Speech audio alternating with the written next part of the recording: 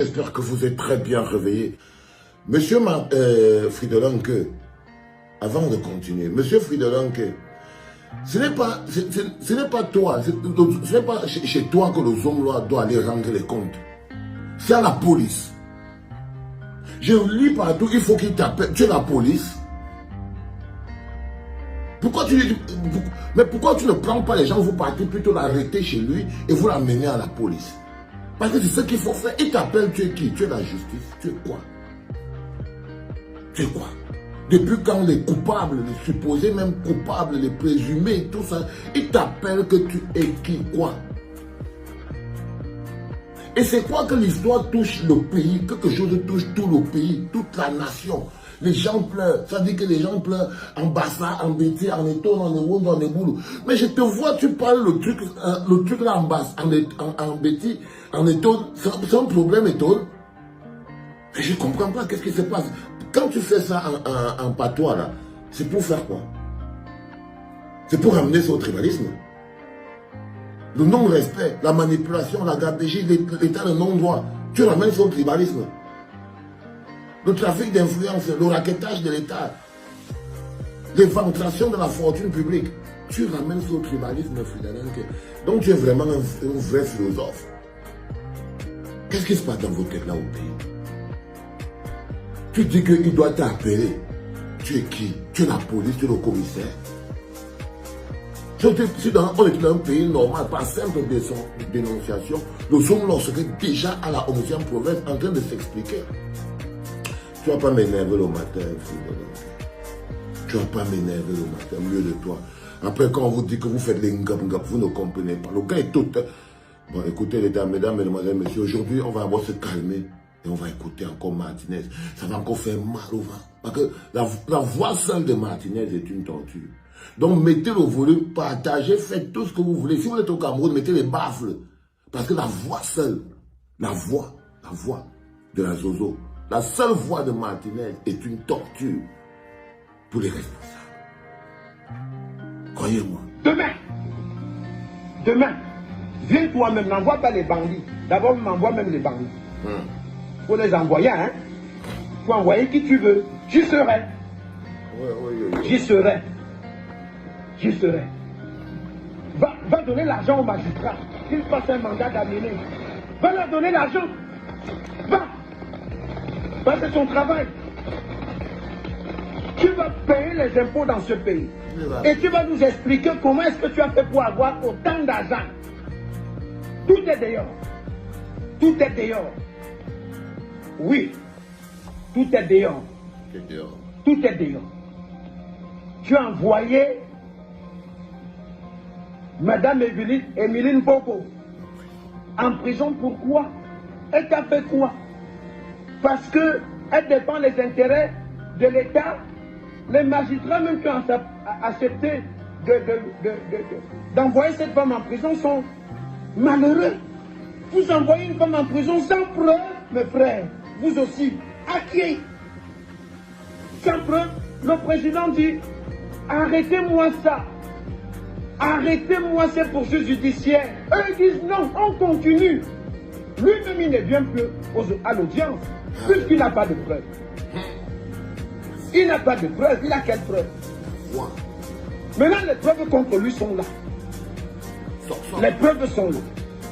Le président de la cour d'appel a eu son document. Il y a des magistrats également à qui j'ai envoyé le même document. Mais vous faites donc quoi? Au TCS, on a eu ça partout. Mais il continue à se pavaner. Il monte, il descend. Il nargue les gens. Il continue à envoyer les messages. Il dit aux gens comment il est fort. Comment vraiment c'est lui, Jean-Pierre Moukoubelinga. N'importe quoi. N'importe quoi. Ce n'était que la première partie. La deuxième partie, demain, avant que je n'aille à la poste centrale, attendre Jean-Pierre Moukoubelinga, je vous parlerai. Ils avaient rendez-vous. De tous les procès. De tous les procès qu'il a gagné contre l'État du Cameroun. Je vous rappelle en passant que dans l'affaire contre les gens des impôts, il a déjà demandé à être dédommagé. Il a demandé. a été dédommagé. L'affaire est encore pendante devant les tribunaux. L'affaire est encore en procès. Lui demandait déjà à son ami Montazé que là-bas, là, il y a 14 milliards que tu dois déjà commencer à te préparer à me donner. Parce que c'est trop facile. Les pousseurs travaillent, les sauveteurs se battent pour payer les impôts. Les bails Amsterdam bravent toutes les intempéries. Le soir, le matin, à midi, ils sont là pour avoir un peu d'argent et payer l'impôt libératoire. Toi, tu l'attends chez toi. Dès que les caisses sont pleines, fais-nous un truc là, très rapidement, tu viens prendre un peu. Les caisses sont déjà pleines. À Djewa, là, ça va se régler. Maintenant, tu peux faire tout ce que tu veux. Moi, j'ai atteint mon objectif. J'ai voulu que les Camerounais sachent que tu n'es pas sérieux. Parce que moi, je savais que tu n'es pas sérieux. Je le savais. Ah oui, je le savais. Que tu n'es pas un homme sérieux. Et je l'ai prouvé par les éléments que j'ai. Le même document, je te l'ai envoyé. Je te l'ai envoyé. Est-ce que tu sais que Jean-Pierre Amougou Belinga, est-ce que tu sais que il y a des marchés que tu as gagnés à la direction de la sécurité présidentielle qui sont méconnus de la direction de la sécurité présidentielle? Tu vas faire comment pour justifier ça?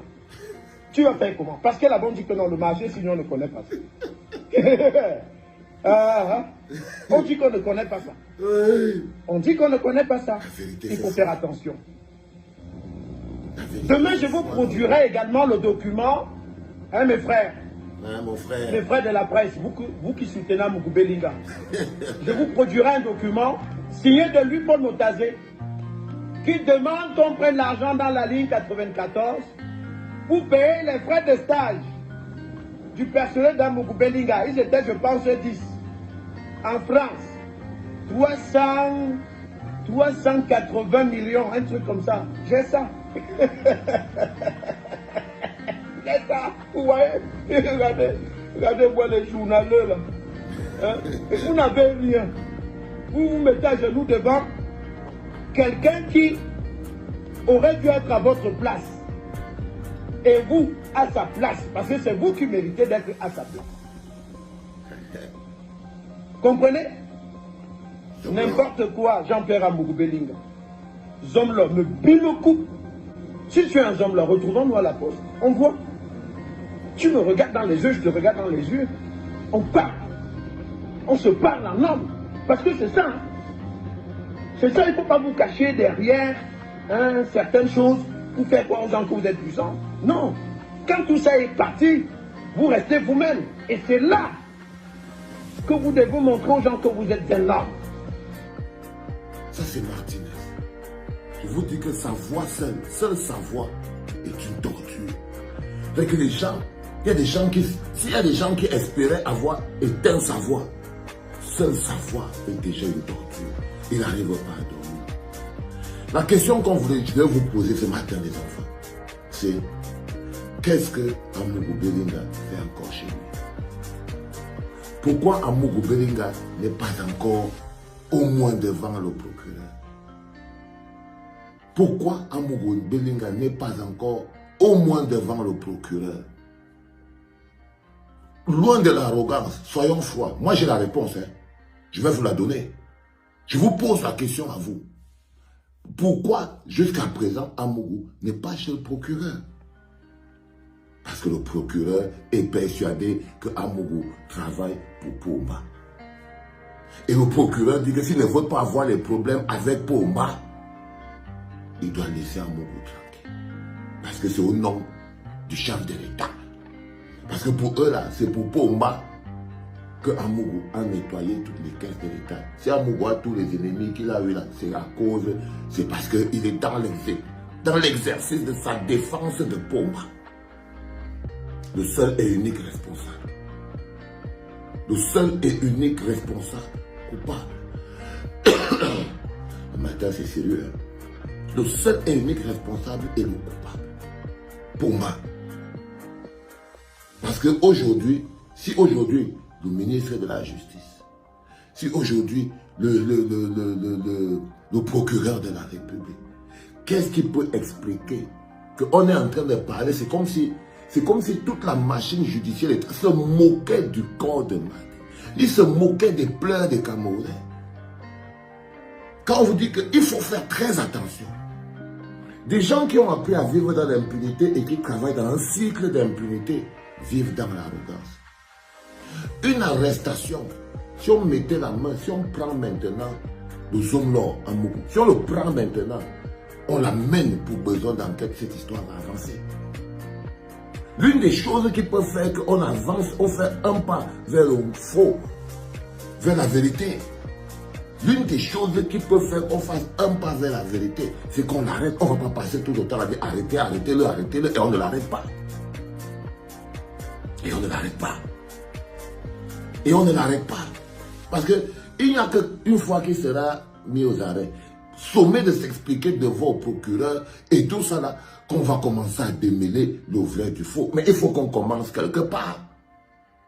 Et Martinez, de par sa voix, de par ses émissions, de par la dernière enquête sur laquelle il travaillait, nous donne une piste vers laquelle on peut d'abord commencer par ouvrir la brèche de la justice pour comprendre ce qui se passe. La piste s'appelle le Zomlor des Zomlor. Parce que dans les histoires là, on appelle ça le mobile.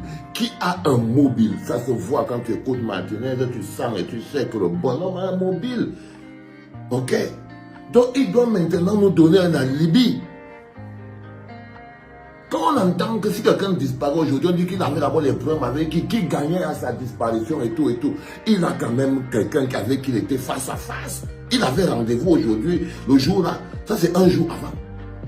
Ça c'est un jour avant cette émission. C'est un jour avant que Martinez ne soit marqué.